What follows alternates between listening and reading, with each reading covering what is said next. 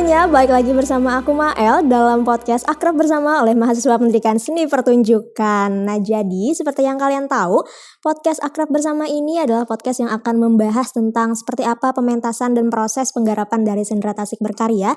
Yang pastinya kita akan mendatangkan bintang tamu yang keren banget dan akan kita ajakin ngobrol tentang SB12.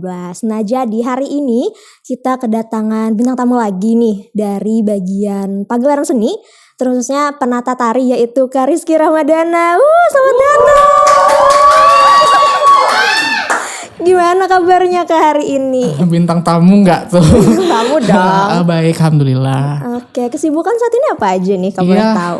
Kesibukannya kuliah yang pasti dan juga berproses untuk pagelaran Sendera Tasik Berkarya 12.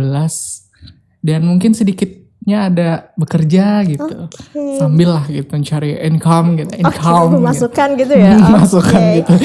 Berarti cukup sibuk ya. Gimana nih cara kamu bagi waktunya tuh?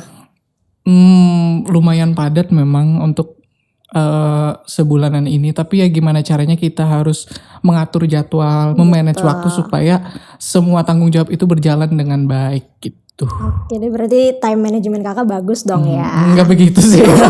Kadang ada telatnya ya, makhluk biasa. Oke, namanya manusia ya. Manusia betul. Kadang ya tempatnya dosa ya. Benar sekali. Nah terus nih kakak kan datang ke sini ke podcastnya kita ya sebagai penata tari SB12, salah satu dari 3 penata tari kak ya. Gimana nih proses penggarapan tari selama ini? Kami bertiga, ada saya, ada Mia dan juga Risma gitu. Sebutin aja biar tahu semua gitu. Cuman saya di sini untuk mewakili. Jadi untuk prosesnya itu lumayan lama. Kita hampir 3 bulan lebih latihan bersama dengan adik tingkat, karena kebanyakan penari dari SB12 itu adik tingkat kita gitu. Nah, jadi apa tadi pertanyaannya? Gimana prosesnya? Jadi gimana prosesnya? Lumayan agak panjang karena 3 bulan, tidak seperti yang garapan-garapan kecil, tapi ini lumayan besar garapannya karena banyak melibatkan penari, aktor, kan ini kolosal gitu, besar gitu. Jadi perlu banyak waktu, perlu banyak energi dan juga garapan yang diperlukan saat itu gitu banyak. Makanya ya lumayan capek sih penata dan juga para penari gitu. Mana lagi mereka banyak kegiatannya. Iya betul, kakaknya juga banyak kegiatan kan. Rasanya mau nangis aja gak sih? tapi ada kepuasan sendiri loh. Iya, kenapa tuh? Karena garapan yang besar itu punya apa ya, ibaratnya kayak penghargaan bagi kita, kayak ada pembanggaan juga ya. Sudah lama sekali kita mengeluarkan waktu, tenaga dan sebagainya untuk mendapatkan pementasan yang luar biasa keren. Na'udzubillah yang cetar begini, yang guntur petir gitu lah. Oh my god, so asik bener ya Allah. Lanjut Mael. Oke deh, sekarang aku mau tanya lagi nih, tantangan yang kakak dapatkan nih selama proses penggarapan ini, selain mungkin talentnya kan tadi ada banyak kegiatan, kakaknya juga ada banyak kegiatan juga. Tantangannya memang banyak sih ya, karena kita ngurus orang. Iya betul. Ngurus diri sendiri juga. Dalam sendiri aja gak bener ya, apalagi ngurus orang. Iya bener. Makanya tapi tantangannya memang dari kita sendiri sih, kadang memang masalah dari saya sendiri kayak manajemen waktu, bukan hanya SB prioritasnya, tapi ada juga yang hal lain. Tapi kadang telat, kadang keteteran, bahkan untuk memberikan materi pun tidak semaksimal kadang kala. Tapi gimana caranya ya, kita harus punya target, kita harus capai itu dengan waktu yang telah ditentukan oleh atasan gitu, oleh pimpinan gitu. Itu sih kendala dari pribadi. Kalau dari penarinya mungkin ya mereka baru semester awal gitu kan, mana sebentar lagi, bukan sebentar sih, belakangan ini mereka kan lagi final test gitu, uas gitu kan, udah ada pementasan, jadi perlu waktu lain untuk latihan gitu. Jadi ada beberapa spot latihan yang diliburkan. Karena kita memberikan toleransi karena satu prodi gitu. Mengertilah karena sama-sama pernah mengalami. Iya betul. Oke deh, berarti untuk tantangan itu pasti ada, tapi juga ada solusinya. Iya ya, betul kan? sekali. Anjay solusi nggak tuh? Oke deh, nah sekarang kakak kan dipercaya sebagai salah satu penata tari ya. Gimana tanggapan kakak ketika dipercayakan sebagai penata tari SB12? Sebenarnya jujur ya, saya tidak dipercaya. Gimana tuh? Bukan tidak dipercaya dalam artian saya itu awalnya divisi kostum, cuman merasa kurang di situ ya saya minta kesepakatan teman-teman lain untuk bisa berkecimpung di tari gitu, untuk jadi menata tari. Nah sehingga dapatlah 3 orang ini gitu. Kalah-kalah diskusi seling kelahi gitu. Kadang kalah nggak apa-apa, cuma supaya dapat hal yang terbaik dari semua ide gitu. Iya betul, yang namanya banyak kepala kan pasti banyak Iya, ide juga ya yang harus disatukan gitu. Benar sekali. Nah tuh Anda sudah memberikan Cakep. cakep gitu. Nah terus kita bahas sedikit tentang penggarapannya Kak ya. Aduh. Koreografi, inspirasinya ini kakak dapat dari mana nih dalam karya ini nih? Sebelumnya untuk membuat suatu naskah itu kami sama sutradara dan tim kami meriset lah ibaratnya. Mencari latar belakang tentang garapan ini. Kemarin kami ke kandangan, saya sebut aja lah, ke kandangan untuk mencari bahan karyanya.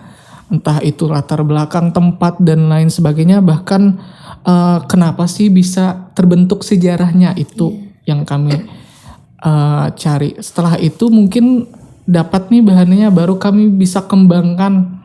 Dan lagi untuk arahan garapan ini kami tidak ke tradisi, tapi lebih ke kontemporer, lebih ke hal yang tidak ada pakemnya.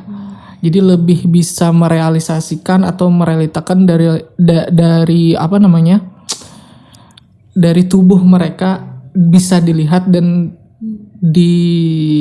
apa ya namanya, bisalah pesannya tuh tersampaikan lah kepada penonton gitu. Karena mungkin kalau tradisi agak sulit kayak karena talentnya kan nggak dari Banjar semua Iya, gitu. benar, Jadi kalau benar, konten mungkin lebih mudah gitu ya mengaplikasikan ke tubuh penarinya. Cakep.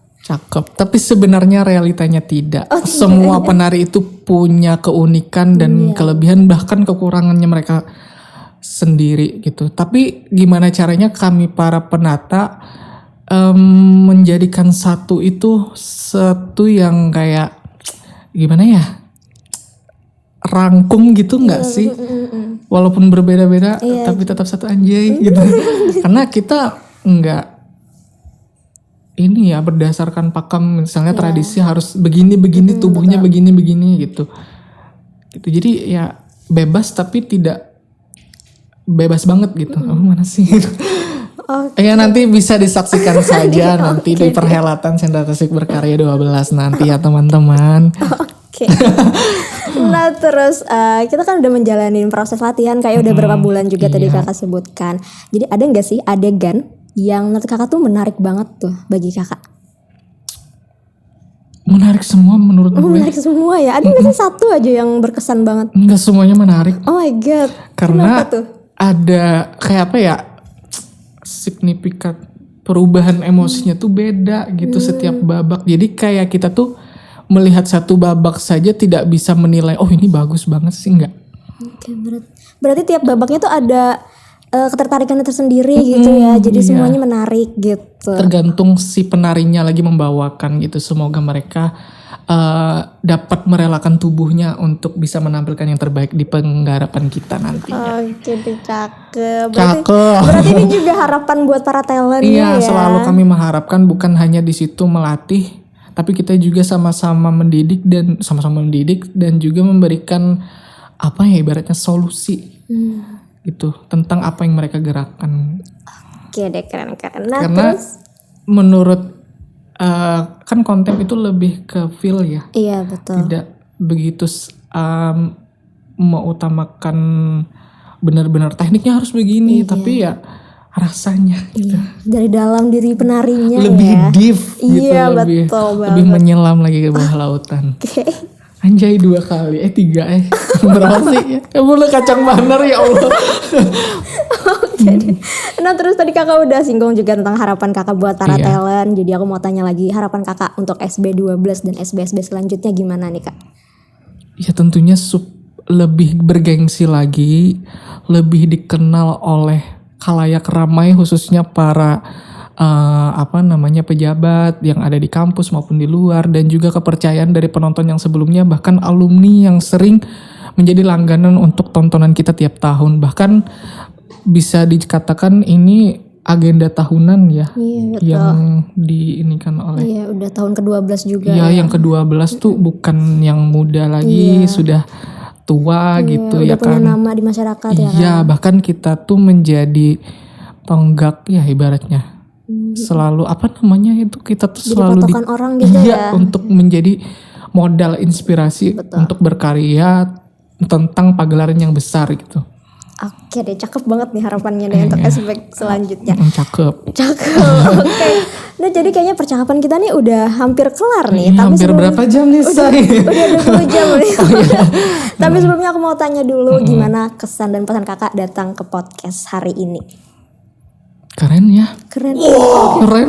Tepuk tangan dulu dong. Jujur zaman kakak nggak ada podcast, tapi ada sebenarnya. Cuman kami tuh nebeng ibaratnya kayak kemarin media partner di beberapa orang dan juga beberapa instansi untuk diajak kerjasama untuk mempublish SB gitu, Sendera Tasik Berkarya 12. Tapi sekarang kan kita punya program sendiri ya kan. Oh my God, god. Pertahankan ya teman-teman. Tahun-tahun selanjutnya harus harus ada terus ya, karena ini merupakan perkembangan yang lumayan gitu ya dibanding sebelum-sebelumnya. Jadi branding kita melonjak ke atas. Betul, harus begini ya, jangan gitu. Bukan lagi di tingkat provinsi, nasional, kalau bisa internasional ya. Ada subtitlenya kalau bisa ya, bahasa Inggris. Bahasa Thailand juga. Iya. Biar bisa tampil ke luar negeri. Betul. Nah tuh lumayan tuh. Cakep banget. Gak apa-apa, nanti hasilnya luar biasa. Ada bapak aja, santai aja ya. Abang-abang pukdak yang ganteng, yang kerjanya yang begadang tiap malam gitu. Tapi emang gitu sih kebanyakan pubdoc ya. Iya, memang. Sakit gitu. Iya. Aku nggak jadi divisi pubdoc, tapi sering ibaratnya menagih pubdoc. Iya. Jadi tahu ya gimana mereka kerjanya. Karena kan dulu pernah merasakan manajemen. Jadi sering kelahi, sering ini bercakap gitu ya. gitu.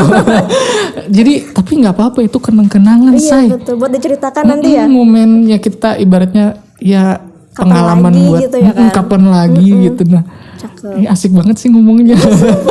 Namanya juga akrab bersama ya kan, jadi kita harus akrab. Benar lah, cakep sekali. Nah terus terakhir banget nih, boleh dong kakak lihat di sini dan ajak para pendengar kita buat nonton pementasan SB12 di bulan Februari nanti. Oke, buat teman-teman semua yang K7 seni, yang penggiat seni, bahkan yang kada tapi ke-7 seni tapi hendak menonton seni, buruan kalau misalnya ada publish tentang poster Sendera Tasik Berkarya 12, buruan keep tiketnya sekarang juga, karena tiketnya terbatas teman-teman.